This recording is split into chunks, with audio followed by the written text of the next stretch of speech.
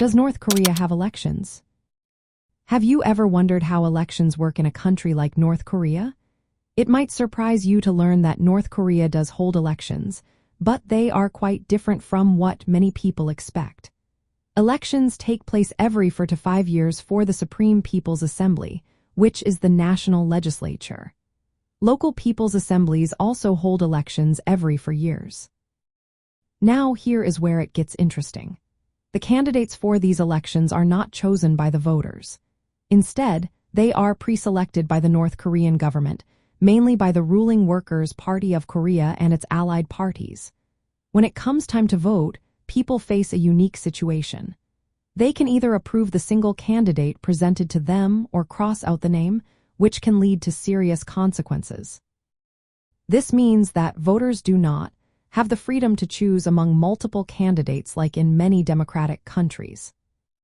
Official reports claim that voter turnout is nearly 100%, and candidates receive almost unanimous approval.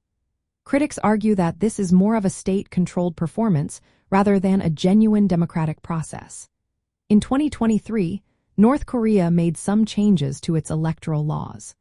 These changes allowed 4 multiple candidates to be presented at the provincial and municipal levels.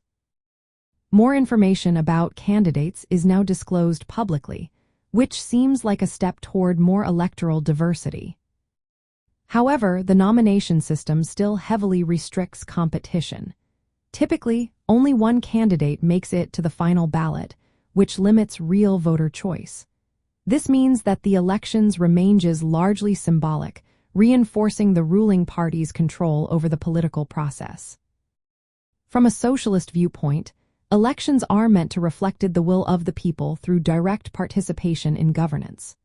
In North Korea, the electoral process is portrayed as a way to show unity and collective decision-making.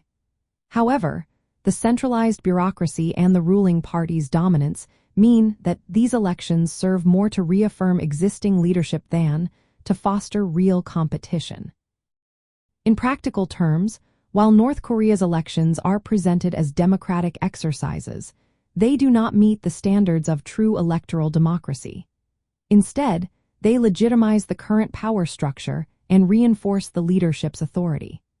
This situation highlights a tension within socialist governance models, especially in bureaucratic systems like North Korea's, where political pluralism is limited.